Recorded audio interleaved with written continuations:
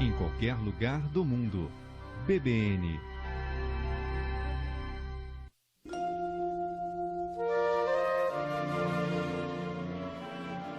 Começa agora mais uma edição do programa Conferência Bíblica. Sou Lincoln Oliveira e hoje vamos ouvir o pastor Israel Belo de Azevedo, que nos traz a mensagem Como Crer num Deus Amoroso Diante do Sofrimento.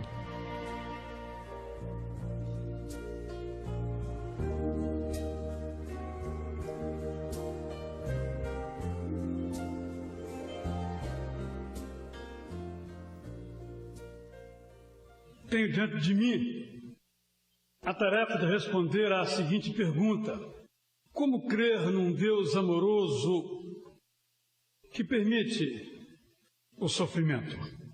Narra o evangelista João, capítulo 9, que ao passar, Jesus viu um cego de nascença. Seus discípulos lhe perguntaram: Mestre, quem pecou? Este homem ou seus pais, para que ele nascesse cego?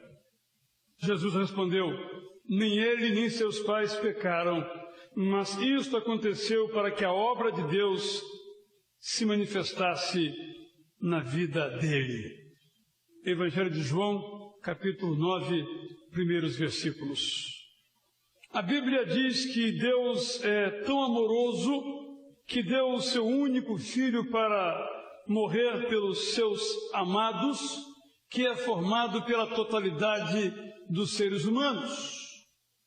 A Bíblia diz também que ninguém tem maior amor do que este, de dar a sua vida pelos seus amigos.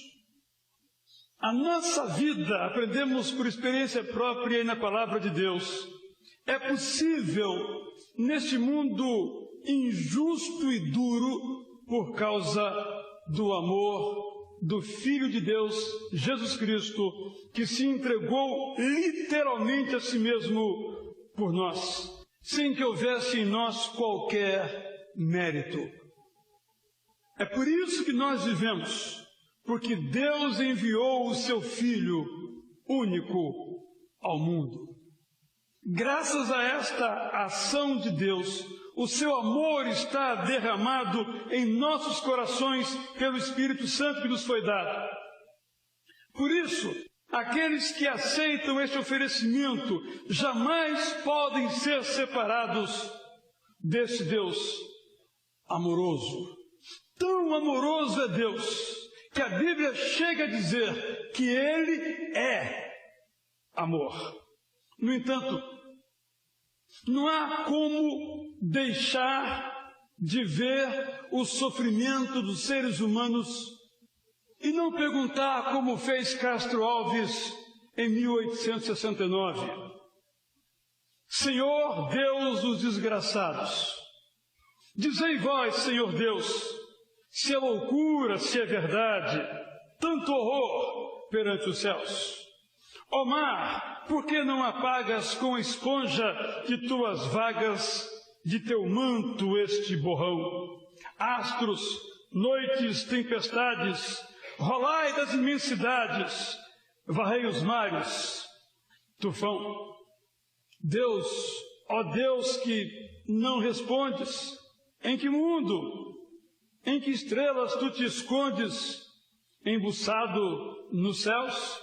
Há 2000 anos te mandei meu grito, que embalde desde então corre o infinito. Onde está, Senhor Deus?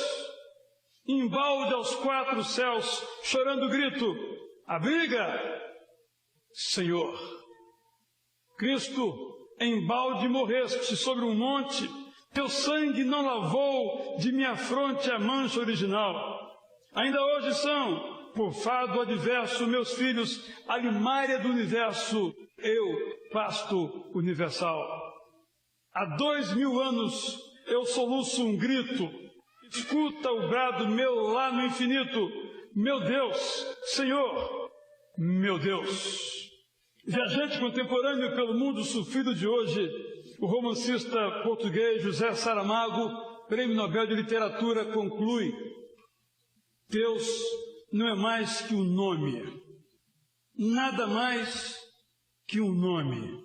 O nome que, por medo de morrer, lhe pusemos um dia e que viria a travar o passo para uma humanização real. Sofrimento humano, aqui externado por esses dois criadores literários, nos põe uma pergunta que não podemos deixar de fazer. Deus existe? Se existe, por que permite o galope do mal? E ao longo da história, 3 respostas têm sido dadas a essa indagação. Primeira, Deus não existe. Deus não existindo, o problema do sofrimento deve ser então compreendido dentro da natureza e da história, sem nenhum recurso à transcendência, seja para explicá-lo, seja para minorá-lo, seja para superá-lo. Na perspectiva ateística ou agnóstica, o homem está sozinho, e sozinho tem que se virar, sem nenhum conforto. Diante dessa perspectiva, temos que afirmar que negar a existência de Deus por causa da existência do sofrimento pode resolver, mesmo que equivocadamente, um problema filosófico, mas não traz qualquer satisfação emocional, porque não capacita o homem a enfrentar melhor o seu problema, que é o que mais importa. Uma explicação, portanto, sobre a origem do sofrimento humano pode ser apenas uma rima, nunca uma solução. Segunda resposta tem sido: Deus existe, mas errou ao criar o homem. O mesmo Saramago, que se afirma ateu, atribui as injustiças e as atrocidades dos homens a um erro nas previsões divinas. Segundo aquele escritor, o erro de Deus, em quem ele diz que não acredita, foi criar a espécie humana. O ateísmo, portanto, põe toda a conta do mal na natureza do homem, ao afirmar, então, que Deus projetou mal a sua obra e, contraditoriamente, põe toda a responsabilidade na ação divina, tirando do homem qualquer responsabilidade por seus atos. Terceira resposta: Deus existe, mas não é tão amoroso assim ao ponto de evitar o sofrimento. Segundo essas pessoas, embora a Bíblia afirme que Deus é amor, não pode haver amor nele, porque se ele fosse bondoso, não permitiria que o mal fosse tão avassalador, especialmente quando alcança crianças inocentes. Até nós mesmo, diante do silêncio de Deus, podemos mergulhar na dúvida, depois de um longo tempo de orações sem resposta. Quando, no entanto, o cristão mergulha na sua memória, a esperança lhe volta. O Deus que um dia o ouviu, um dia o ouvirá. A certeza ou a afirmação de que Deus não existe, porque o sofrimento existe, repito, não traz a quem tem tal visão qualquer direção para a sua vida. A convicção de que Deus errou ao criar o homem é contraditória por si mesma e não ajuda em nada a condição humana. A dúvida de que Deus não se importa com o sofrimento humano não faz sentido diante das inúmeras manifestações do amor divino. Mas quem está nesse caminho, a ele só resta o desespero da solidão, da tristeza da condição humana. Infelizmente, muitas pessoas têm feito esta escolha, por verem vidas dilaceradas pela dor. Nosso caminho é outro. Os nossos pressupostos são outros. Deus existe, Deus é justo e Deus é amoroso. Jesus considerava a dificuldade humana para entender o sofrimento, que quando ele dialogou com os seus seguidores, no texto que nós lemos de João 9, 1 a 11, Ele não deixou de responder às perguntas dos seus discípulos. E o modo como ele respondeu é um convite à nossa reflexão. Nem ele, nem seus pais pecaram, mas isso aconteceu para que a obra de Deus se manifestasse na vida dele. Precisamos, portanto, entender a natureza do sofrimento, que é real, atinja ele um país, uma comunidade, uma família ou uma pessoa. Nenhuma pessoa pode negar a realidade do sofrimento. Mas também temos que afirmar que nenhuma pessoa tem uma resposta absoluta, pronta, terminada, acabada a essa pergunta. O livro da Bíblia, cujo tema é o sofrimento, no caso do sofrimento de uma família inocente, não ousa oferecer uma resposta absoluta. Quem tinha a resposta absoluta era o conjunto dos amigos de Jó. E quando Deus então por fim fala, Deus não traz um conjunto de palavras, mas Deus traz um conjunto de gestos. A palavra de Deus, na verdade, é um conjunto de ações. Ações que, na verdade, significaram que Jó foi abraçado por Deus. E este abraço de Deus transformou a sua vida e tornou irrelevantes as suas perguntas. Porque quando Deus age, Jó o experimentou. Só cabe reconhecer este amor. À luz da revelação bíblica, nós podemos afirmar que o sofrimento humano é uma decorrência da liberdade dos homens. Segundo nós aprendemos na Bíblia, toda obra criada de Deus era boa, até que o pecado levou o homem a rejeitar Deus. Tudo que veio depois é o resultado direto das escolhas humanas.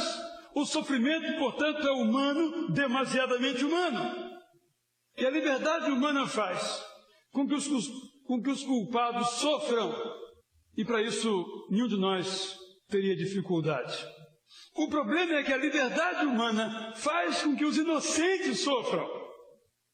Um motorista, por exemplo, que use irresponsavelmente a sua liberdade, pode inutilizar corpos e matar vidas, a sua e ou a de outros. Um país, por exemplo, que usa criminosamente as suas armas, derrama sangue de amigos e de inimigos, de militares e de civis, de adultos e de crianças. E alguns ainda deixam minas, terminada a guerra, que vão matar por 3 ou 4 gerações adiante.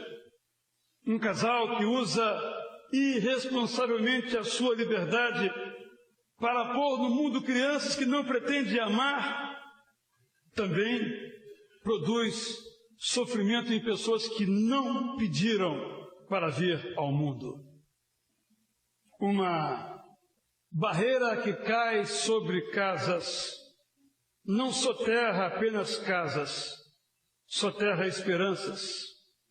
Um incêndio que devasta florestas não liquidifica apenas propriedades, põe vidas na cinza.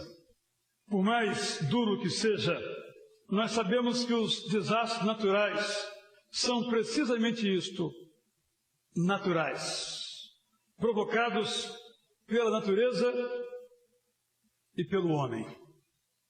Uma barreira cai porque algum princípio foi quebrado pelo homem, que desmatou ou aterrou ou desaterrou onde não devia. Um terremoto que se joga sobre casas estava ali antes das residências serem ali construídas. Assim, mesmo que nós não conheçamos todas as causas dos desastres naturais, elas são naturais.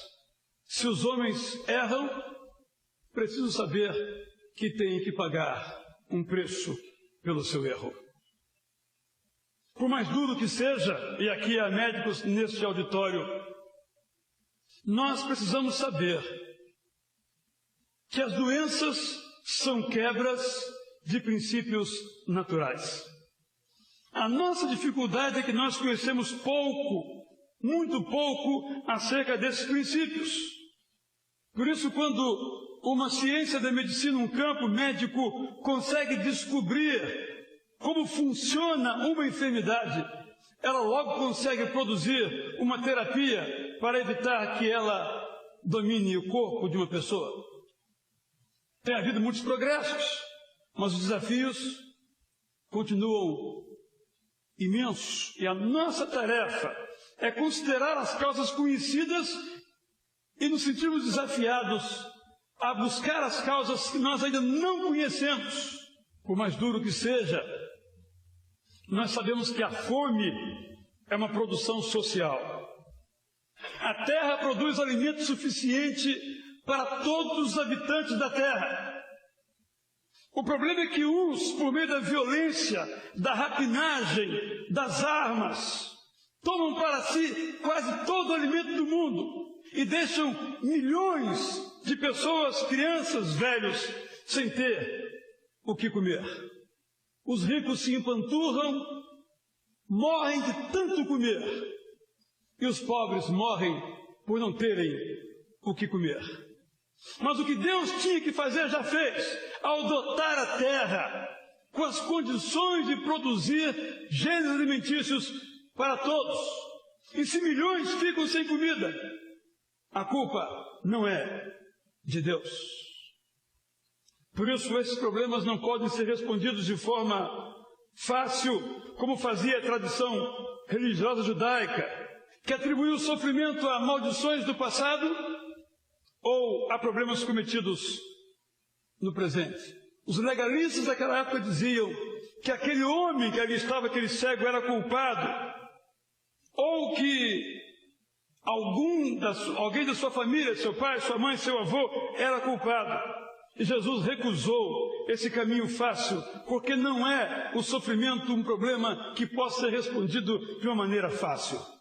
Se Deus então é bom, já que existe sofrimento que Ele não provocou, por que Ele não intervém, especialmente quando as vítimas são inocentes? É a pergunta corolária. A primeira resposta é: Deus intervém. A história da Bíblia é a história de Deus intervindo. As vidas daqueles que confiamos em Deus são testemunhas de que Deus intervém em situações particulares e em situações comunitárias. Não é fácil, é claro, perceber essa intervenção, porque nós só ficamos sabendo o que aconteceu, mas não ficamos sabendo o que não aconteceu. Isto é, nós não ficamos sabendo daquelas intervenções que Deus fez e evitou que coisas acontecessem que nunca chegaram ao nosso conhecimento. Mas mesmo assim, as nossas vidas testemunham de fatos em que Deus fez a sua intervenção. Deus não é a causa do sofrimento no mundo, mas Deus trabalha para redimir o mundo do sofrimento. Ele intervém de dois modos. O primeiro é detendo o sofrimento. O segundo é confrontando o sofrimento. Quando se fez homem, Deus não apenas chorou por causa do sofrimento humano, Ele confrontou o sofrimento humano. Jesus, por exemplo, curou milhares de pessoas, detendo a dor e a fome de muita gente. Nessa história mesma, Ele interveio na vida do cego e lhe restituiu a visão. Ainda hoje, Jesus cura física e emocionalmente, mas isso é milagre. E o milagre deve ser visto como é um milagre. Uma ação de Deus, não uma manipulação por parte do homem. Por isso nós não podemos marcar datas, lugares, modos para a ação de Deus. Deus detém o sofrimento por formas miraculosas a seu critério e através de pessoas que o têm como Senhor das suas vidas. Os cristãos somos chamados a deter o sofrimento do mundo, lutando contra as injustiças estruturais e circunstanciais de nossas sociedades, mas também minorando as dores daqueles atingidos por situações sobre as quais, às vezes, não tem controle. Deus também intervém detendo o sofrimento, quando por meio do seu Espírito Santo nos consola diretamente, ou quando usa pessoas que vêm nos consolar em nossa dor, em nosso sofrimento. Por isso ele pede que nós amemos uns aos outros. Mas aqui também não nos força a amar. Amar é um mandamento de Deus e nós podemos cumpri-lo ou desobedecê-lo. Isso explica parte também do sofrimento. Nós somos livres para não consolar, livres para não ajudar, livres para não obedecer a palavra de Deus. Amai-vos uns aos outros. Mas Deus age também em relação ao sofrimento, transformando as situações de sofrimento. A promessa que Jesus fez àquele cego em João, conforme nós lemos, foi extraordinária. Ele deteve o seu sofrimento, restabelecendo a sua visão, mas foi além, transformou a sua vida, dando um sentido a ele, além da visão.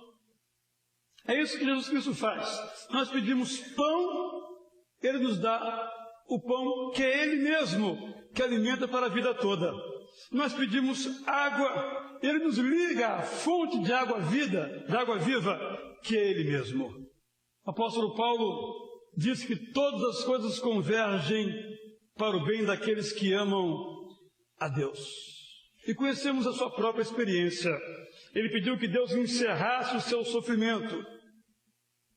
E a resposta de Deus foi ensiná-lo que a graça dele é a verdadeira transformação. Se eu quiser que Deus transforme o mal, que Deus mude a minha história de sofrimento, eu preciso primeiramente crer que Deus existe. A história que eu li no começo desse culto, verdadeira, daquele escritor, é um convite sempre permanente. Ele disse que o coração dele doía por causa da vida preciosa que era a vida dele, embarcada nessa jangada, vagando, ninguém sabe para onde. No entanto, quando nós cremos que Deus existe, nós temos a convicção que esse Deus agirá na nossa vida. Se Deus não existe, não há garantia que o bem triunfará sobre o mal. Se Deus não existe, o problema do sofrimento continua sem resposta. Se Deus não existe, nós podemos nos perder em todo tipo de relativismo. Mas Jesus Cristo interrompe o ciclo cruel do relativismo e aponta os valores do amor e da misericórdia como tendo sido criados por Deus. Cristo nos livra, quando nós cremos nele, da superficialidade de uma vida imediatista e nos desafia a uma vida compromissada com a justiça e com a verdade. Se eu quero uma resposta que ultrapasse meramente o nível conceitual, eu preciso ir além da pergunta por que Deus permite o sofrimento e indagar. Eu aceito a solução de Deus para o problema do sofrimento. É isso que eu preciso. Eu preciso aceitar a solução de Deus para o sofrimento, colocando a minha confiança em Jesus Cristo para a vida eterna e permitir que Cristo me lance ao mundo para ministrar o seu amor, o seu perdão e a sua cura. Se eu quero uma resposta para o sofrimento humano, eu preciso reconhecer que, apesar da existência do mal, Deus é justo. Justo porque fez perfeito o ser humano, inclusive para escolher não seguir as suas instruções. E aqui é preciso afirmar um pouco mais. Para que o mal não estivesse em vigor, Deus teria que intervir a toda hora. Quando chovesse, por exemplo, Ele teria que intervir de tal modo que essa chuva não provocasse dano, não provocasse um deslizamento inadequado, impedisse que uma poça se formasse e um veículo passasse e sujasse quem ali estivesse. Quando um motorista estivesse dirigindo de modo irresponsável, Deus teria que intervir para impedir que o veículo subisse uma calçada e colhesse pessoas num ponto de ônibus. Mas se Deus agisse assim, e às vezes Ele age, Ele tiraria do homem a sua responsabilidade, que é a outra face da liberdade com a qual dotou o ser humano. Se eu quero uma resposta para o sofrimento, eu preciso crer que Deus é amoroso. Deus não é indiferente ao sofrimento. Ele intervém, Ele enviou o seu Filho, Ele nos dá o seu Espírito. Mas há um limite nessa intervenção. O livre arbítrio humano. Ele permite que o homem o use para o bem e para o mal. Mas esse Deus amoroso, que é solidário conosco do sofrimento, é esse ser pessoal que se tornou homem em Jesus, morreu numa cruz para providenciar a solução final para o problema do sofrimento e da morte. E a solução é o seu perdão, a solução é a vida eterna desde agora. Lemos na Bíblia que Ele então ressuscitou dentre os mortos. Depois de um período de pouco mais de um mês, Ele apareceu a mais de 500 pessoas. Depois ascendeu para o céu e prometeu que voltará para destruir todo o mal, todo o sofrimento, toda a morte. Vai transformar um mundo caótico e injusto num mundo organizado e justo. Vai enxugar dos olhos toda lágrima. Vai fazer com que não haja mais morte, nem tristeza, nem choro, nem dor, porque essa ordem que é nossa já terá passado. Se não há um Deus onisciente, todo-poderoso, um Deus que permanece até o fim da história humana, a justiça não triunfará, os erros jamais serão corrigidos. O mal e o sofrimento, esses sim, vão triunfar. Se eu quero uma resposta para o sofrimento humano, eu preciso aprender que Deus pode transformar o meu sofrimento em bem e em bênção. José, Gênesis capítulo 37 a 50, foi traído pelos seus irmãos, que o sequestraram, que o venderam como escravo. Na nova terra ele sobreviveu, arranjou um emprego como escravo, e ali foi acusado de traição, só porque escolheu ser íntegro, foi preso, na prisão foi enganado por um companheiro, foi esquecido, e quando tudo parecia perdido, sem nenhum horizonte para José, foi feita a justiça, ele se tornou um grande no Egito. Passados muitos anos, já vetusto, caminhando já para o final dos seus dias, ele tirou a seguinte conclusão sobre tudo o que lhe acontecera. Agora, pois, meus irmãos, não vos entristeçais, nem vos irriteis contra vós mesmos, por me haveres vendido para aqui, porque para a conservação da vida, Deus me enviou adiante de vós. Deus me enviou adiante de vós para conservar a vossa sucessão na terra e para vos preservar a vida por um grande livramento. Assim, não fostes vós que me enviastes para cá, e sim Deus. Deus pode transformar o sofrimento em bênção. O sofrimento existe, mas um dia ele vai cessar completamente. E hoje, Deus se envolve na história para erradicar o sofrimento, para minorar a nossa dor, ao nos dotar de força e de sabedoria. Quando Deus nos consola, prova que está conosco. E quando nos ensina, Ele nos faz ver, por meio do sofrimento, por exemplo, que nós precisamos uns dos outros. Nós somos chamados por Cristo a minorar os sofrimentos uns dos outros. Quando estavam aqueles todos ali com fome, Jesus diz: dai-lhes vós mesmos de comer. Grande parte do Evangelho é gasta com a narrativa de curas feitas por Jesus, pondo fim ao sofrimento de muitas pessoas. A própria cruz é Deus participando do sofrimento humano. Se eu quero entender por que o sofrimento existe, eu preciso escolher não ser amargo. Algumas pessoas escolhem viver e morrer com corações amargurados, talvez esquecidos que cada um de nós decide o que vai fazer com o sofrimento. Se escolhemos a amargura, então nós jamais pararemos de nos ferir a nós mesmos. E quando agimos assim, nós jogamos pela janela nossa própria felicidade, porque nós não podemos ser felizes e amargos ao mesmo tempo. Diante, por exemplo, de um desastre natural, uma pessoa diz: nós perdemos tudo e ficamos tristes, mas continuamos juntos como família e agora vamos nos unir e reconstruir. Mas outro pode dizer: minha vida se foi, não posso imaginar como vou continuar vivendo, não vejo como me recuperar desta tragédia.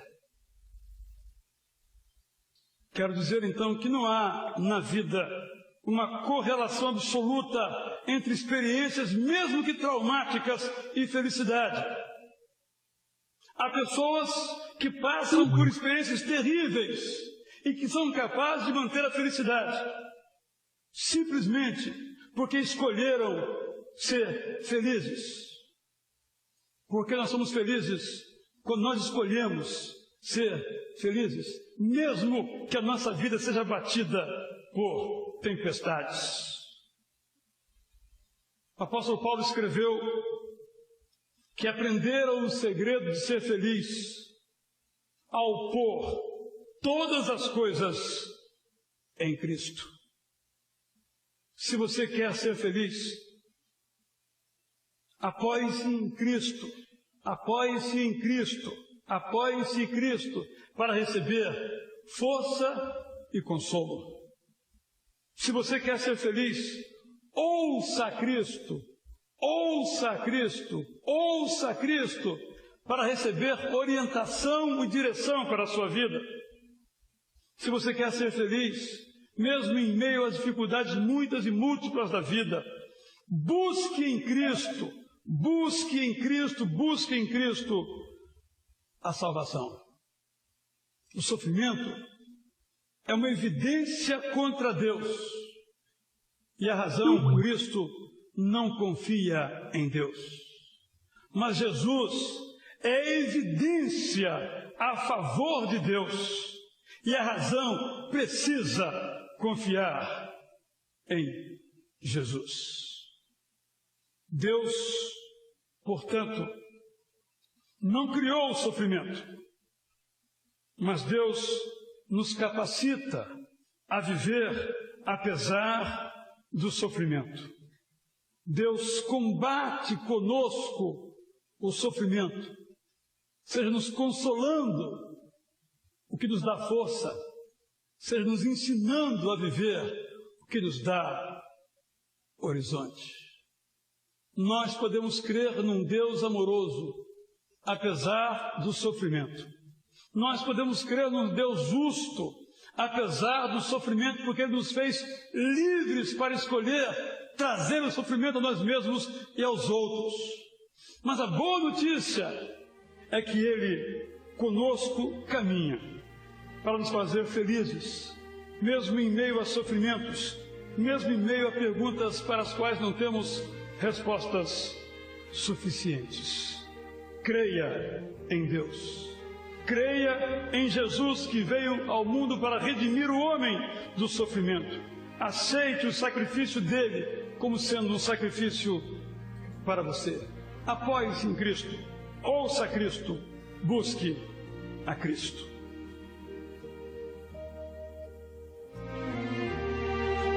Ouvimos mais uma mensagem de desafio e edificação aqui no programa Conferência Bíblica na BBN. Se você quer estudar profundamente a Palavra de Deus, conheça o Instituto Bíblico Online da BBN. Vale a pena. Visite www.bbnbi.org. Muito obrigado por sua sintonia conosco. Convido você a acompanhar novamente o programa Conferência Bíblica. Deus o abençoe.